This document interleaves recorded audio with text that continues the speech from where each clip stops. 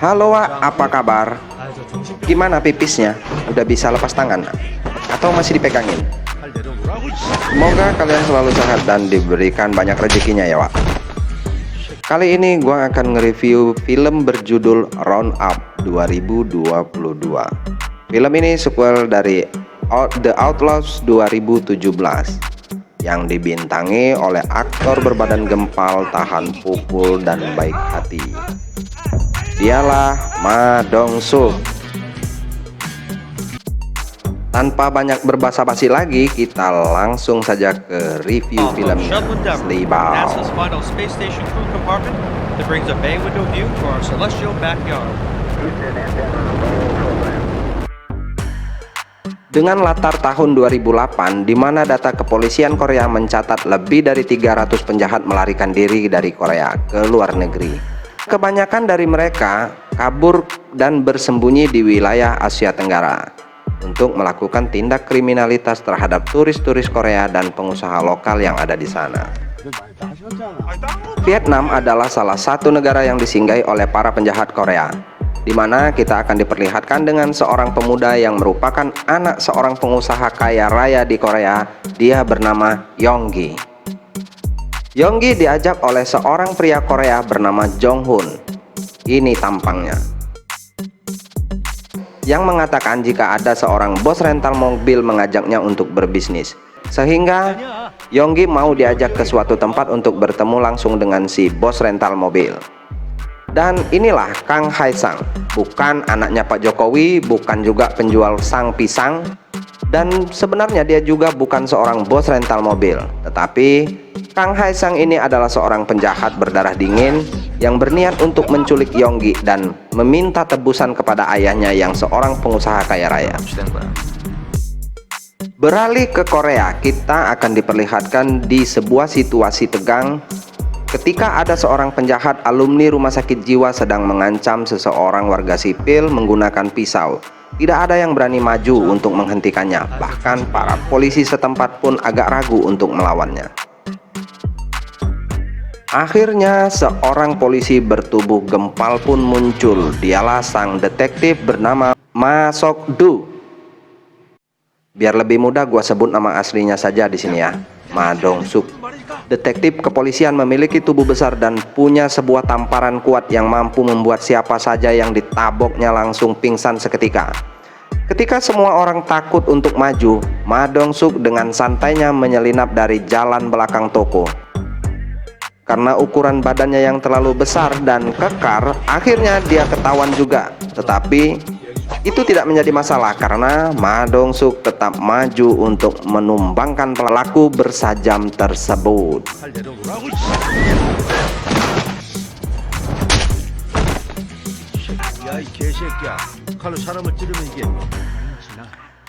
Singkat cerita, saat berada di kantor kita akan diperkenalkan dengan seorang kapten atasannya Ma Dong-suk bernama Jun. Kita panggil saja kapten. Ini tampang si kapten.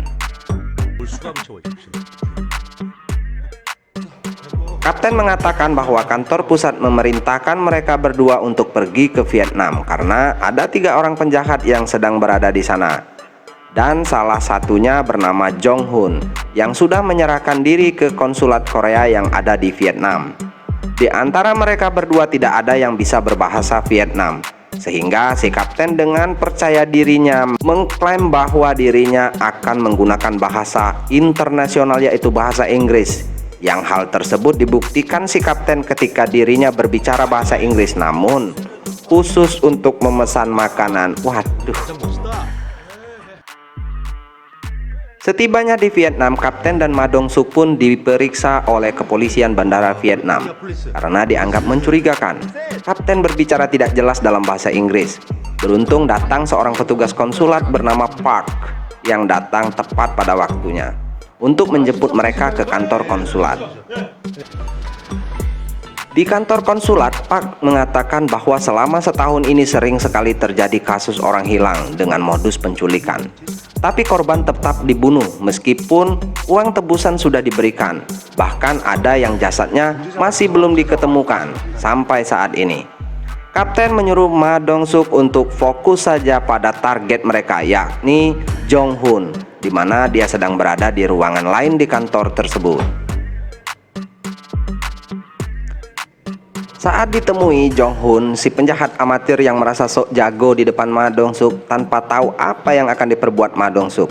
Sehingga ketika Jong-hun menolak buka suara mengenai keberadaan dua temannya yang lain, maka Ma Dong-suk meminta kapten untuk menutup CCTV karena akan dilaksanakan tes kejujuran untuk mengetahui seberapa hebatnya Jong-hun ini bisa menahan tes kejujuran tersebut.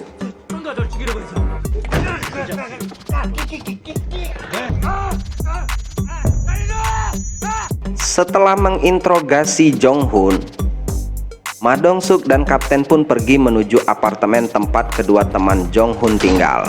Tak diduga, teman Jong-hun ternyata sudah tewas dengan kondisi yang sangat mengenaskan, dibunuh oleh orang yang tak dikenal. Sedangkan yang satu lagi menghilang entah kemana. Hingga Ma Dong-suk kembali menemui Jong-hun untuk mencari tahu apa sebenarnya yang sudah terjadi.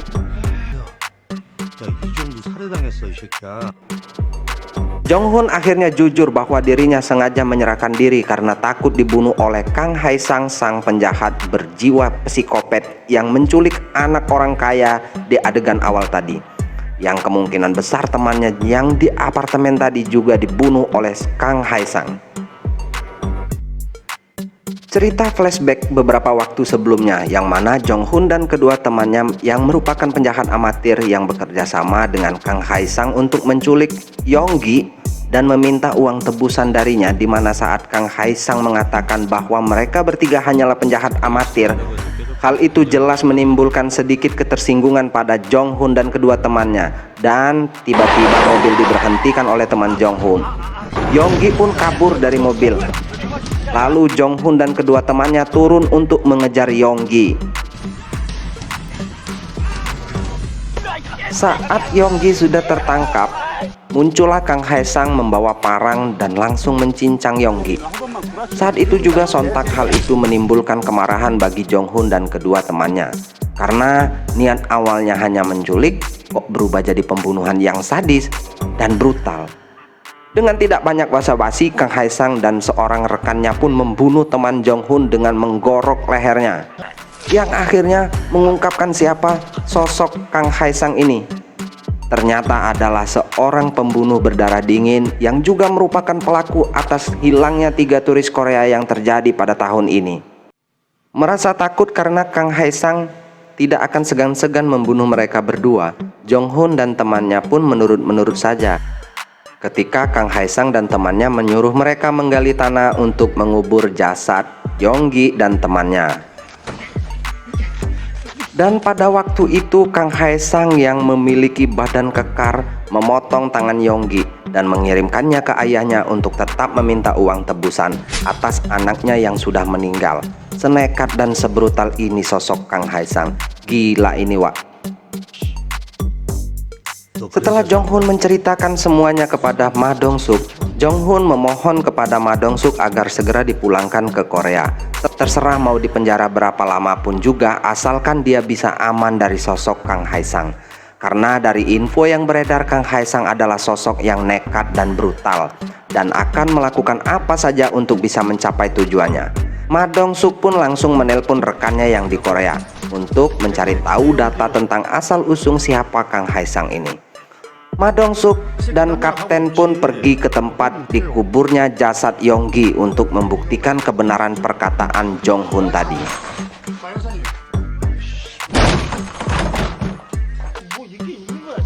Dua jasad, satu temannya Jong-hun dan satu lagi jasad Yonggi, si anak orang kaya, ditemukan di sana.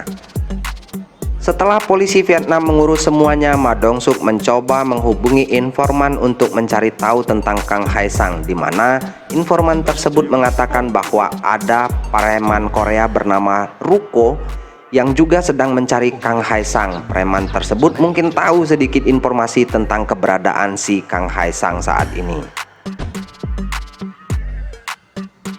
Beralih ke kediaman Kang Hae-sang, di situ kita akan diperlihatkan kemunculan sekelompok pembunuh bayaran. Mereka semua dibayar dan diutus oleh ayah Yonggi tentu saja untuk membunuh Kang Haisang dan membalas kematian putra satu-satunya. Di dalam apartemen mereka hanya menemukan koper berisi uang dan emas batangan. Uang itu adalah uang yang dikirimkan oleh ayah Yonggi sebagai tebusan Yonggi tadinya. Sebelum Kang Haisang pulang, mereka pun mengamankan uang tersebut untuk dikirim kepada ayah Yonggi. Kembali ke Ma Dong-suk dan Kapten yang mendatangi markas judi si preman Korea yang bernama Ruko. Ketika para penjaga bertindak sok jago di depan Ma Dong-suk, untuk kesekian kalinya Ma Dong-suk mengepalkan tangannya untuk menumbangkan mereka semua tanpa ampun.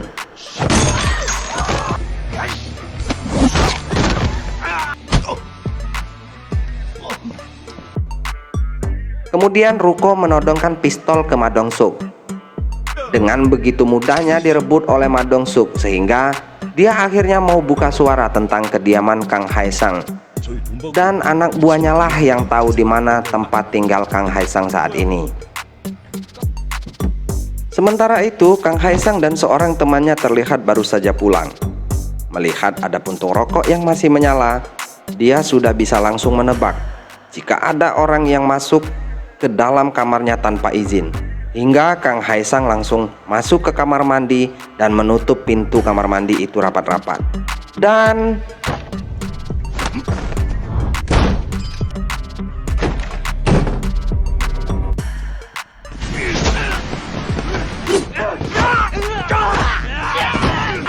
Kang Haisang nampak tidak takut sedikit pun menghadapi para pembunuh bayaran ini.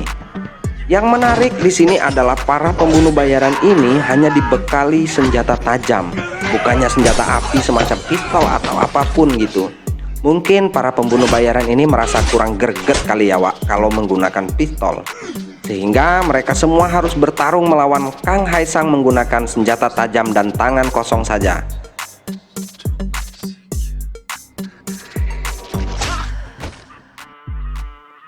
Menggunakan ponsel si pembunuh bayaran, Kang Haisang pun menghubungi ayah Yonggi untuk bertanya kenapa uang dan emas batangannya diambil. Ayah Yonggi pun mengatakan bahwa itu adalah bagian balas dendamnya, dan beliau juga mengancam akan mengerahkan pembunuh bayaran yang lainnya untuk membunuh Kang Haisang atas kematian putranya tercinta. Dan bukannya panik, Kang Haisang justru dengan santainya mengatakan jika dirinya akan ke Korea untuk mengambil kembali uang miliknya. Dan sebelum itu dia akan membunuh ayahnya Yonggi. Tak lama muncul Ma Dong-suk dan Kapten yang baru saja tiba di sana. Mereka berdua langsung masuk ke dalam dan mereka dikejutkan dengan banyak sekali mayat yang bergelimpangan. Dan tiba-tiba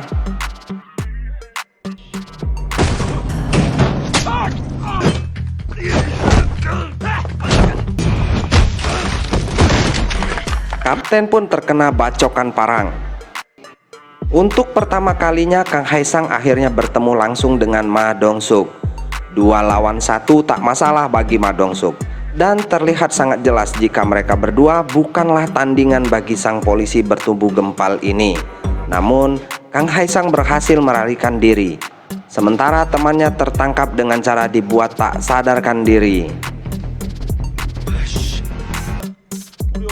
Akibat dari keributan itu, mereka berdua harus dideportasi dari Vietnam.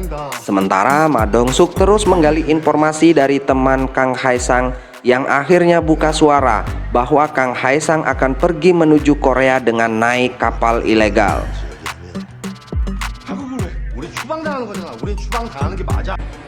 Singkat cerita, Kapten dan Ma Dong-suk kembali ke Korea, di mana sang kapten bercerita kepada anak buahnya bahwa luka yang dia alami ialah luka yang didapatkan dari pertarungan melawan puluhan penjahat. Nah, tak ingin buang waktu, Ma Dong-suk pun pergi ke sebuah tempat yang merupakan markas seorang mantan gangster. Dia bernama Jang Isu, bekas ketua dari geng Isu. Yang pernah nonton film sebelumnya pasti sudah tahu dengan Jang Isu ini. Selalu saja bisa dimanfaatkan oleh Ma Dong-suk. Jang Isuk yang sekarang pun sama lemahnya ketika berhadapan dengan Ma Dong-suk, di mana dia dipaksa untuk mencari informasi mengenai kapal yang akan tiba di pelabuhan Korea. hingga didapatkan lokasi pelabuhan yang akan menjadi tempat tibanya si Kang Haesang di Korea. Kemudian Ma Dong-suk dan anak buahnya pun mengawasi kamera CCTV untuk mengamati kedatangan Kang Haesang, di mana akhirnya mereka mendapatkan gambarnya Kang Haesang dan langsung memasukkan fotonya dalam daftar pencarian orang. Sementara itu, si pengusaha kaya raya tidak ingin begitu saja membiarkan pembunuh anaknya tenang dengan menyewa lagi para pembunuh bayaran, dan kali ini tidak hanya menyewa puluhan orang tetapi ratusan pembunuh bayaran untuk mengurusi si Kang Haesang. Kembali ke Ma Dong-suk dan Kapten yang kena marah oleh Bapak Kapolda di markas atas kekacauan yang mereka timbulkan. Jelas hal itu sudah membuat pusing Bapak Kapolda ini, hingga kasus tersebut akan diserahkan ke luar negeri untuk diselesaikan. Tak ingin melepaskan kasus ini begitu saja, Ma Dong-suk dan Kapten sudah mempersiapkan kata-kata untuk merayu Bapak Kapolda dengan menjelaskan secara detail kronologi kasusnya, yang pada intinya jika kepolisian mereka berhasil menangkap Kang Haesang, maka reputasi kepolisian mereka dipastikan akan naik dan citra Bapak Kapolda pun akan semakin baik di mata masyarakat.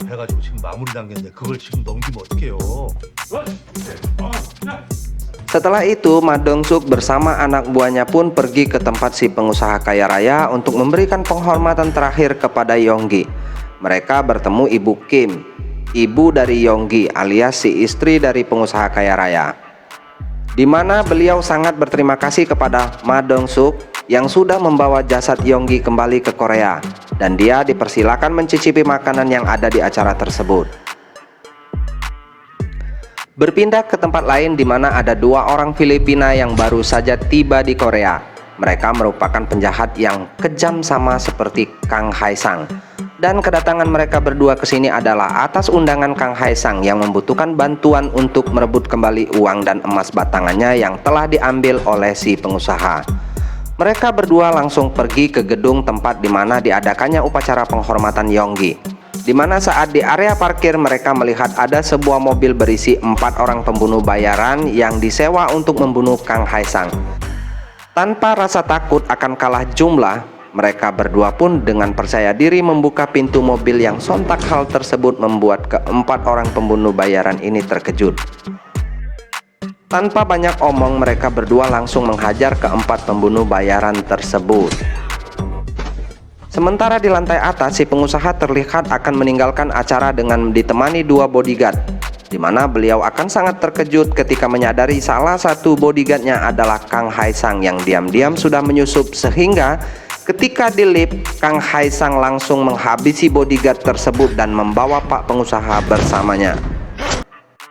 Sesampainya di bawah, Kang Haesang langsung disambut oleh kedua orang Filipina tadi, di mana mereka berdua meminta bayaran lebih karena baru saja tiba, mereka sudah harus bekerja keras. Alhasil si pengusaha pun disiksa dan dipotong jempolnya. Melalui rekaman video yang dikirimkan kepada Ibu Kim, Kang Haesang meminta uang tebusan sebesar 2 juta dolar dan harus diantar langsung oleh Ibu Kim dengan hanya ditemani sopir saja tanpa ada polisi yang ikut campur. Karena bingung wajah Ma Dong-suk dan anak buahnya sudah dikenali oleh Kang Haesang, akhirnya Ma Dong-suk meminta bantuan kepada Jang Isuk, sang mantan ketua gangster, untuk menjadi supir Ibu Kim. Dan sangat mengejutkan sekali, Jang Isuk bersedia untuk melakukan hal tersebut.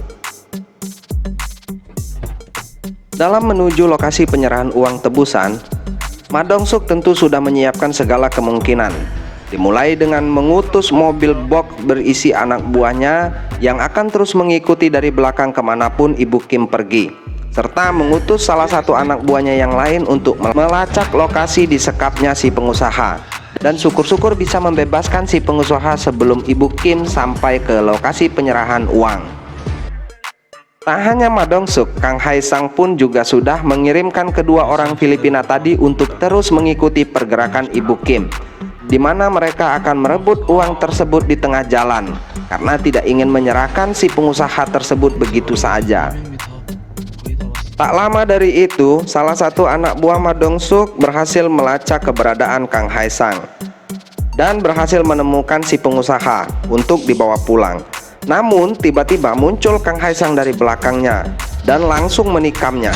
Beruntung dia tidak tewas karena rekannya yang lain segera tiba di sana untuk memberi bala bantuan. Kang Haisang pun kabur menggunakan mobilnya, di mana dia langsung menghubungi kedua orang Filipina tadi untuk segera mundur karena polisi sudah keburu mengepung. Namun di sini terjadi selek antara orang Filipina dan Kang Haisang.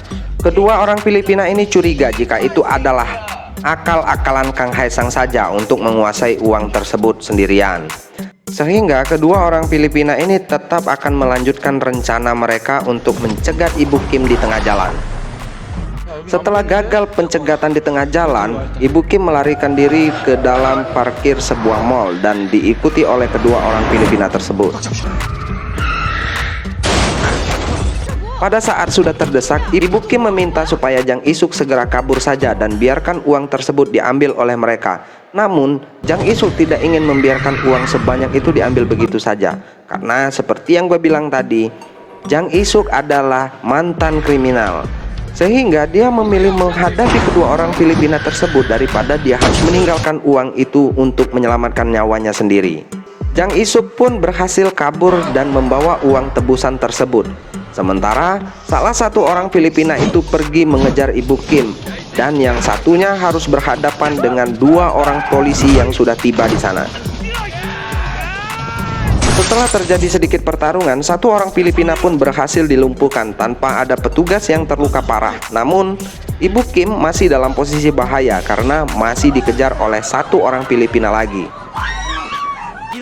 Saat itu muncullah Ma Dong-suk yang langsung mematahkan pergelangan tangan orang Filipina tersebut. Karena tidak ingin ditangkap begitu saja, dia melakukan perlawanan terhadap Ma Dong-suk. Kembali ke Jang Isuk yang sedang kabur membawa uang tebusan tersebut, yang tiba-tiba hampir saja ia tertangkap oleh Kang Haisang, namun gagal karena dia berhasil kabur dengan menggunakan sebuah taksi. Jang Isuk pun pergi ke pelabuhan dan menghubungi satu kapten kapal bermata satu. Dia meminta informasi kapal yang bisa berangkat menuju ke Cina. Kapten kapal ini adalah orang kenalan dekat Kang Haisang yang sebelumnya membawa Kang Haisang datang ke Korea. Bukannya dijemput oleh kapten kapal, namun justru Jang Isuk didatangi oleh Kang Haisang yang bermaksud untuk mengambil kembali uangnya. Sempat petantang petenteng menolak memberikan uang tersebut, tetapi ketika Kang Haisang mengeluarkan senjata lebih besar daripada miliknya, Jang Isuk langsung kabur tanpa perlawanan sedikit pun. Kang Haisang pun kabur menggunakan bus Metro Mini, di mana Jang Isuk yang sedari tadi sudah terus mengawasinya pun berinisiatif menelpon Ma Dong-suk dan memberitahukan kemana dia pergi. Sehingga pelarian Kang Haisang akhirnya diketahui dan tinggal mencegatnya di tengah jalan. Ma Dong-suk pun menghentikan bus tersebut dengan santainya. Semua penumpang diminta keluar dan dia sempat memberikan sejumlah uang kepada nenek-nenek tua untuk sekedar memberi terasi. Kang Haisang sempat menawarkan uang tebusan tersebut, namun hal itu ditolak oleh Ma Dong-suk.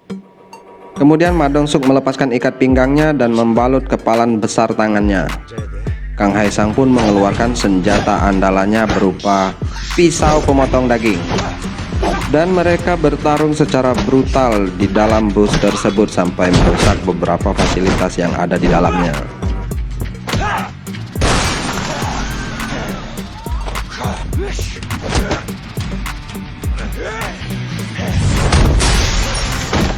Terlempar dari bus tidak membuat Kang Haisang menyerah begitu saja. Dia sempat mengambil wiper mobil dan sempat melukai tangan Ma Dong-suk. Sehingga Ma Dong-suk mengangkat tubuh Kang Haisang dan membantingnya ke mobil, hingga membuat Kang Haisang tak berdaya. Masih sempat mengeluarkan bacotan kepada Ma Dong-suk, Kang Haisang mengancam akan membunuh Ma Dong-suk dan keluarganya, yang membuat Ma Dong-suk ini habis kesabarannya. Setelah semuanya selesai, Ma Dong-suk pun menelpon Jang Ik-suk untuk mengucapkan terima kasih atas bantuannya membereskan kasus ini. Yang mana sebenarnya Jang Ik-suk ini sedang dalam keadaan sedih dan kecewa sekali karena gagal menjadi orang kaya mendadak. Aduh, wah. Dan film pun selesai. Pesan dari film ini adalah kematian memang milik Tuhan, tapi kejahatan adalah kemanusiaan, tak boleh dibiarkan. Dan silakan tinggalkan subscribe untuk editan yang nggak seberapa ini. Akhir kata, gua Kesuma Channel dan kerabat kerja yang bertugas mengucapkan terima kasih dan sampai jumpa di review film berikutnya. 좀 먹여야지. 한 길이가 여기서 한 이 정도 돼. 아니, 먹던 거구만. 먹던 거야.